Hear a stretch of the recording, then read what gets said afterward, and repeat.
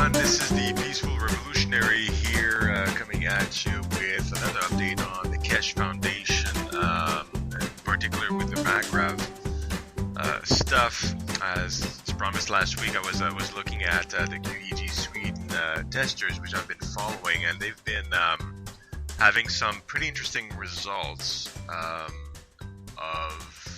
their meter and energy consumption going down versus the amount of kilowatts that were used in their system, in theory.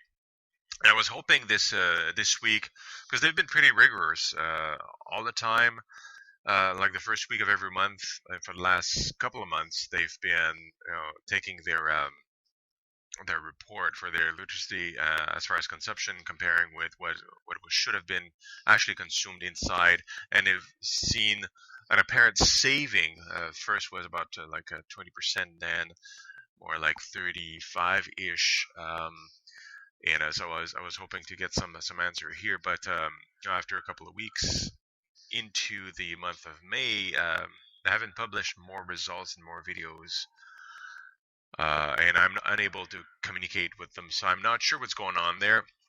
I'm gonna keep looking at them and see what's happening, but I wanted to, so I don't really have more results on that particular group on this, but there's a few things that have happened since last month.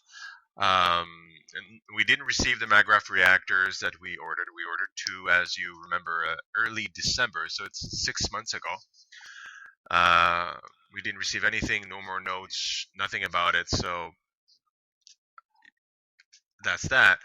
Until we receive something, we don't know.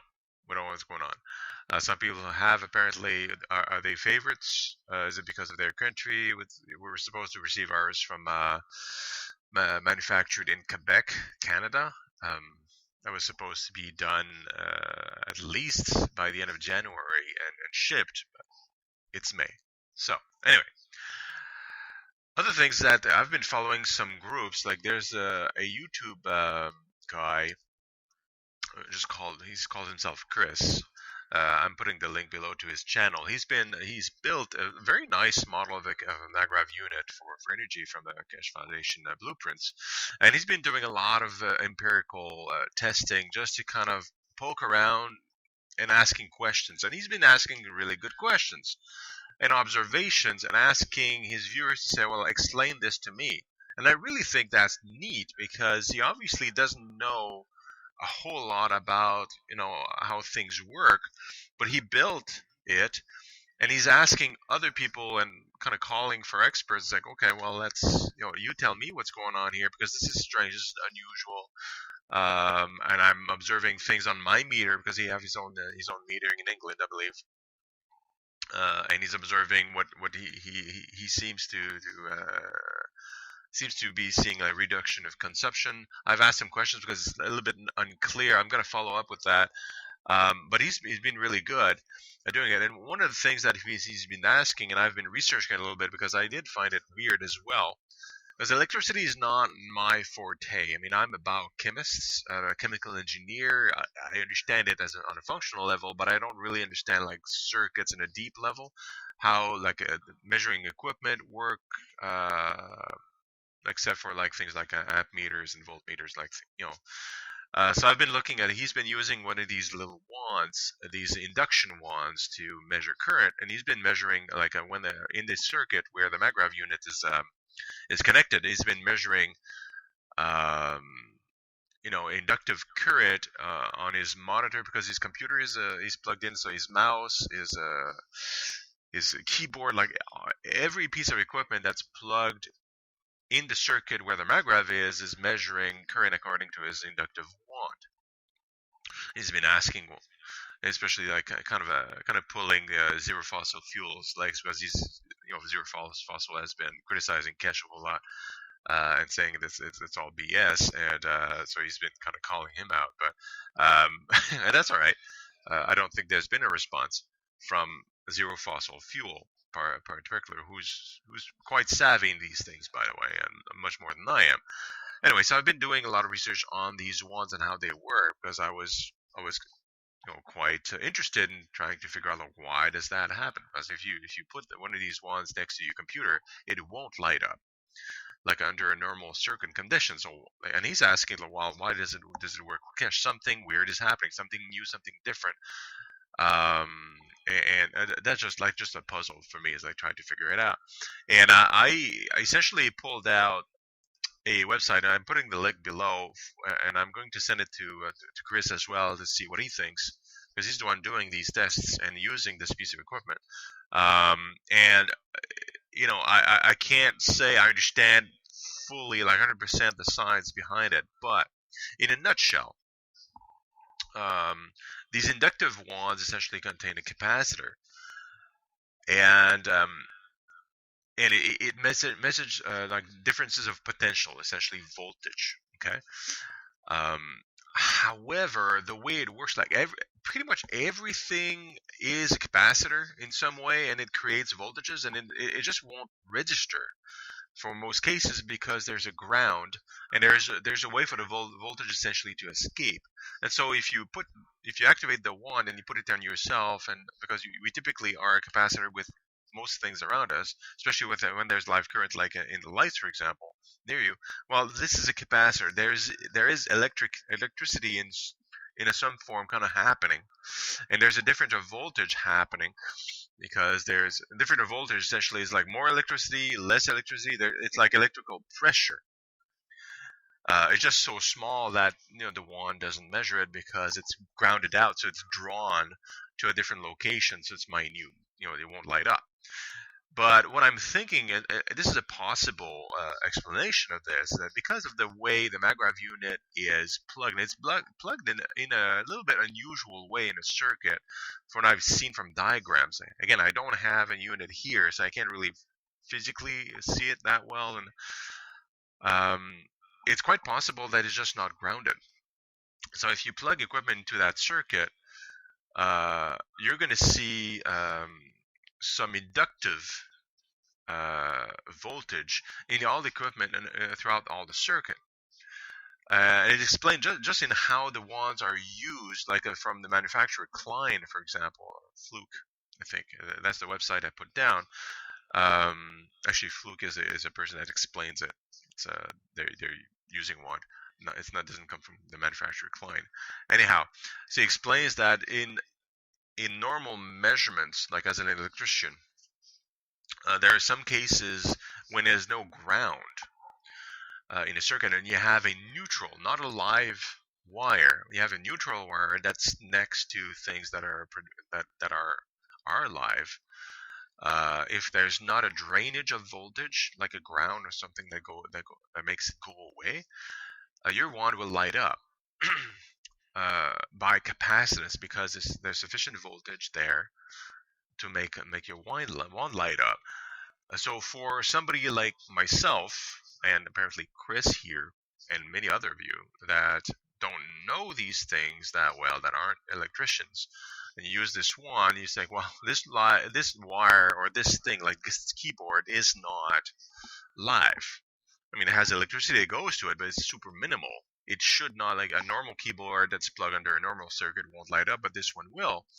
Well, it may not be because there's some magic going on with, or some super science going on with the Magrav unit. It may just be because there's no ground in this particular circuit setup, and us that don't understand electricity all that much, we discover it. So I'm going to send this information to Chris, and I'm just sharing with you guys as well. And I guess the point I'm making is I just when you see something weird, it's great because that's great science. It's discovery. Maybe you're discovering something brand new, and that's exciting. But also, you have to dig into like, okay, what am I using as equipment? How does it work? Because, like in this case, I was just reading. It's like, oh well, this happens normally, where you put your wand on neutral wires in some cases, and it'll show as if it beeps and as if it's a live wire, but it's not because of the way the piece of equipment works and the way electricity works kind of in the environment. If we'd use, like for example, if Chris here, I'm using this guy as an example because of he's doing all the measurements. If he would use like an ammeter, uh, for example, on his keyboard or mouse to see how many amps are coming through, I'm fairly sure it's going to be a very small amperage.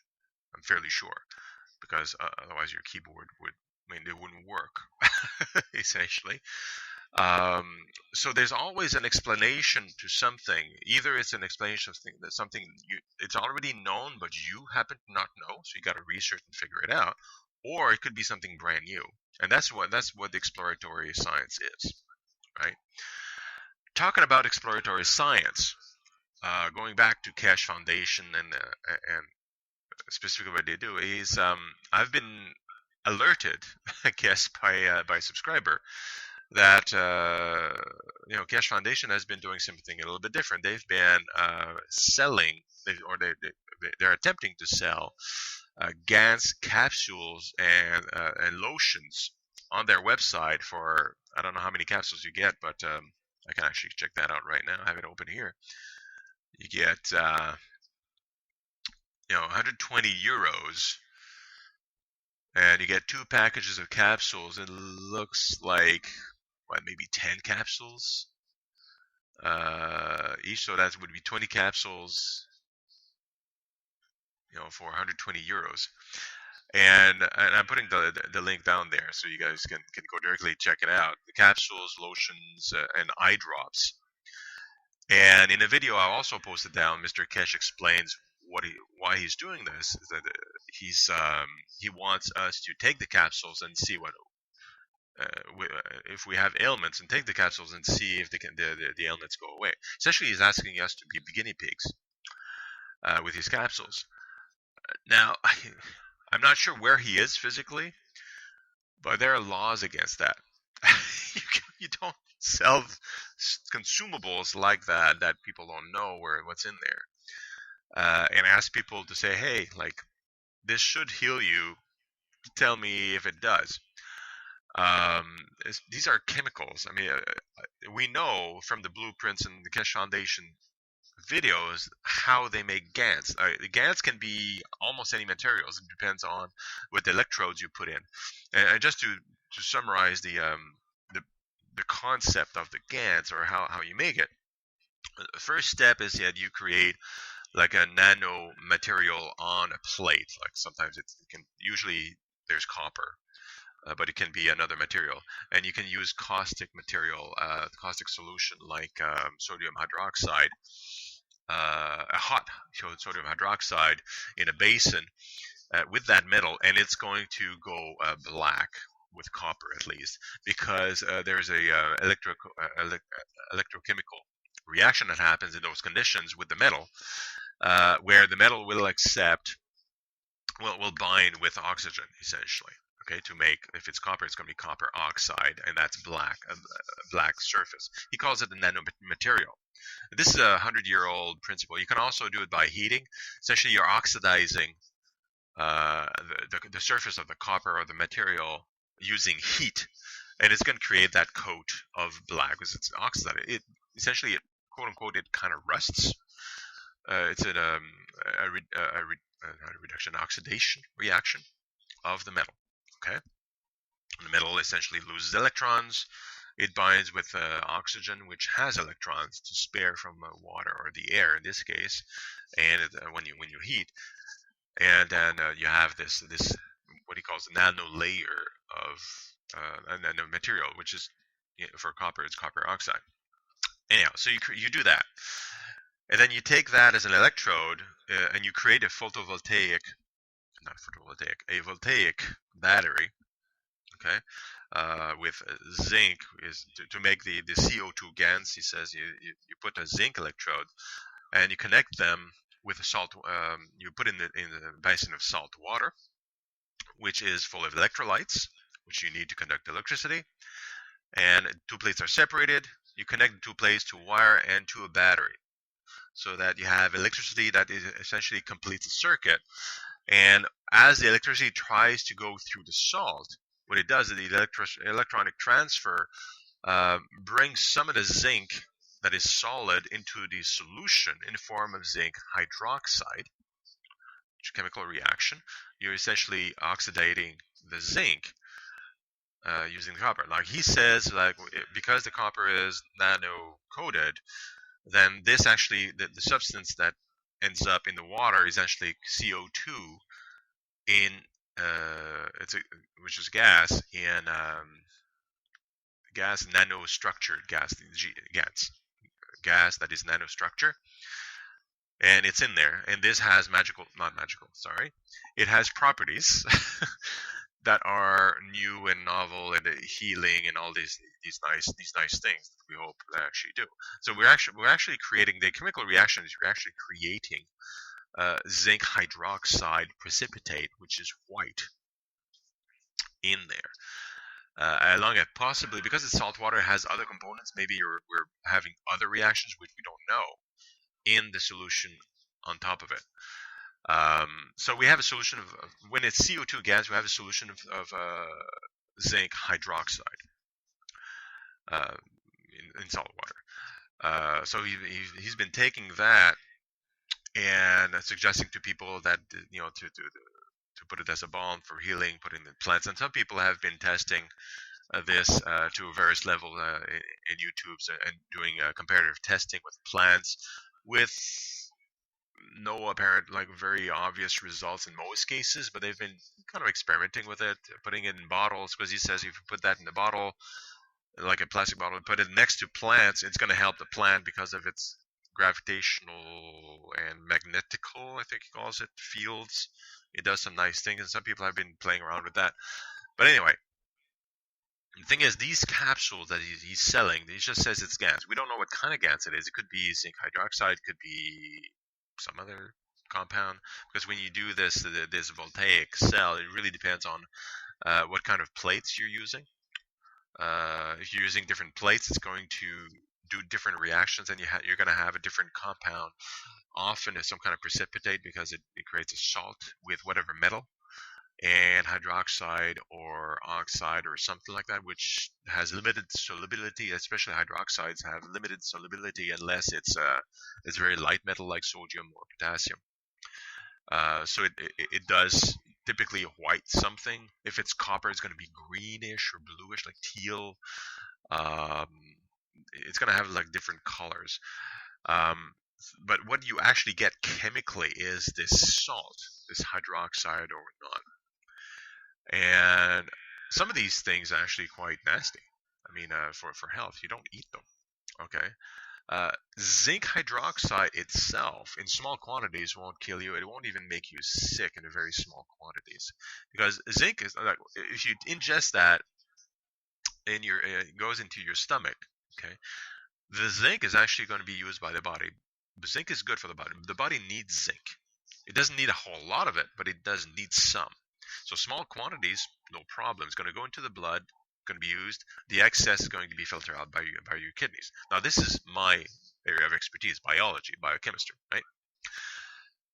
In the stomach, we have an acid. You have a pH 2-ish, depending on whether you're digesting or not, but it's going to float around that. It can be lower than that when you're digesting. The hydroxide, essentially, of this zinc hydroxide is a base. So you're going to have a acido-base reaction inside your stomach. Again, small quantities, no problem. Your stomach neutralizes bases all the time while you're eating, because some of what you eat is a little bit basic, some is a little bit acidic. No biggie. If you eat too much at the same time, you're actually going to have a thermoreaction. Thermoreactive, an exothermic, reaction in your stomach. I can't speak words today. In your stomach, which is going to create heat that may create discomfort, and you're potentially, creating other issues because there's a strong reaction that bubbles, typically inside the stomach as well, a little bit unnaturally. It's not food. It's not it's not something that is tempered. So the reaction can be quite strong, so not advisable. And he's selling these, and we don't know what's in. Like zinc is not terribly bad. Copper is very small quantities is also something that's used, like vitamin B12 has copper in it. Iron, hemoglobin, blood needs, you need iron. So some of these lower metals are actually not bad in small quantities. I'm worried more about the reaction, that the exothermic reaction in your stomach when you take some of these, and it could be other metals that are toxic completely. That he's just like, oh, well, take these pills. We're not. He's not saying, we don't know what's in there. We don't know how he makes them. Maybe he wants to keep them secret because there's a secret sauce to it. But hell, I mean, I don't know what's in there. Would you take something that you don't know what's in, that's not tested, not proven by the FDA? No organization kind of checks it and just like, just buy this off our website and tell you how you feel after, kind of deal. I mean, that's quite dangerous. I mean, that's criminal. Like literally, that is criminal. Selling these to people in most countries, at least. North America, sure it is, and I'm sure it is also in Europe. Very, very, very bad. Like I've always said in my Keshe videos, I mean, I don't. I mean, his ethics. This guy's ethics are absolutely terrible. I'm interested in the science and what the people are doing to see if there is actually something to it of value. That's what I'm really interested in. I mean, but this kind of irresponsible criminal behavior has to be stopped. I mean, honestly, where is this guy and when is he going to be arrested? I'm not kidding. I mean, this is. We know what GANS is chemically, because these are 100-year-old reactions. Even if it has another component that he's telling us it has these other properties, great. But we know the basic properties, the actual physical chemical properties of these reactions, we know very well. And we know that if you take too much, for example, zinc hydroxide in one shot, you're going to get sick. It will not help you. It's simple as that, right?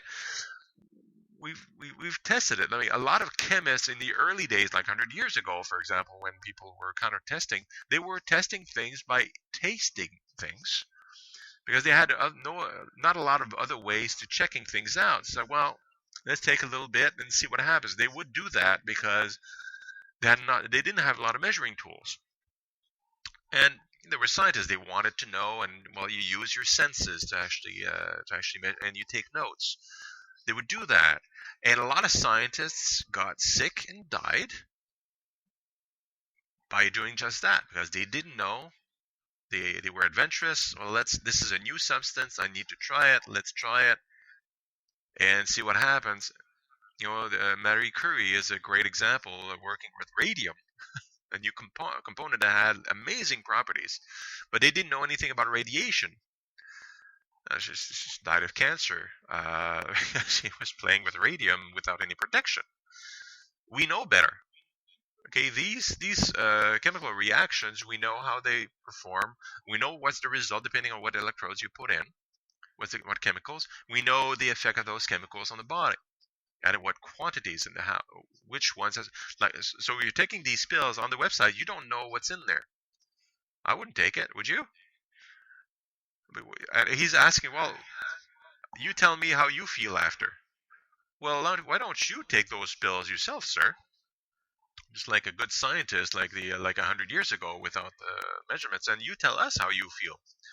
I mean, that's my perspective. Don't ask us to be guinea pigs for you. Crazy. I mean, isn't it crazy? It is crazy, isn't it? I mean, it has to be. Maybe I'm missing something. Let's all be, guinea pigs for every crackpot idea out there, and see what happens, and let them know if you feel sick, if you have cancer or whatever. And then, hey, he's going to be happy. So, well, this doesn't work. Let's try another pill with another composition. Try that now. Maybe that's going to cure your cancer. And we do. It's ridiculous. All right. So anyway, that's my Keshe Foundation update today. Not a whole lot on the Magrav stuff because of people are just falling out, not doing as much. People are getting disinterested. I'm not sure. maybe there's something there still. I mean, the QEG team is really the team I'm most interested in, because I cannot explain in any way how they're getting that power consumption reduction unless there's something in their house that I don't know about. And I can't see the house. Well, it seems like to be more like a cottage. And like, is there some other factor that would explain that the fact that they are measuring inside is different from what the meter is saying after every month? I mean, it's pretty solid what the data is gathering, unless, of course, they're lying. And I don't want to go there because, I mean, you never know what people or organizations are doing. And there are some other individuals that seem to have measured some similar results. So I want to keep an eye on that, because, I mean, you never know. Maybe there is something there. I keep my mind open, as long as people that have no incentives, or they seem to have no incentives in making it work, actually, or profit from it, are observing some really interesting results that are in line with what it's supposed to do, or doing something cool that could be worth something to people. I'm going to keep you an eye on it. But honestly, stay away from the Keshe Foundation. I mean, holy crap, Ola. this is criminal. I know I've said it from in most of my videos. This is not good at all. So keep to the science, keep testing.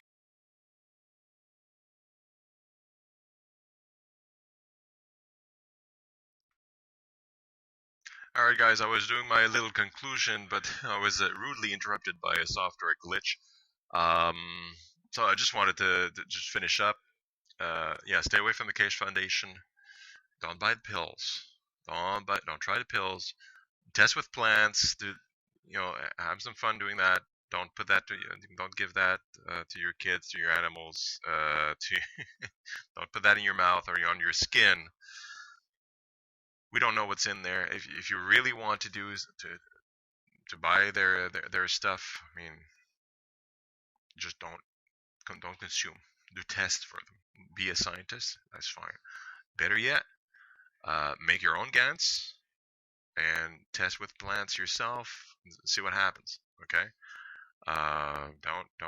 Don't be a scientist from 100 years ago and get sick or die from something because you don't know what's in there. Okay. Or just take too much of something that you do know it's in there, like copper hydroxide. You can have copper poisoning. Okay. Zinc poisoning with sufficient amount of zinc. You can look those up. There's quantities actually online you can list for different metals to see, well, how much per day is healthy and not a problem. Is also, and that can be an indicator. You can always look that up as part of your process. But I mean, don't blindly just believe and take stuff and experiment for this guy. Okay. All right. Well, that's gonna be it. Ciao for now, and I'll catch you next week, where I believe I will talk about missions to Mars, which is something I really, really love talking about. Next time.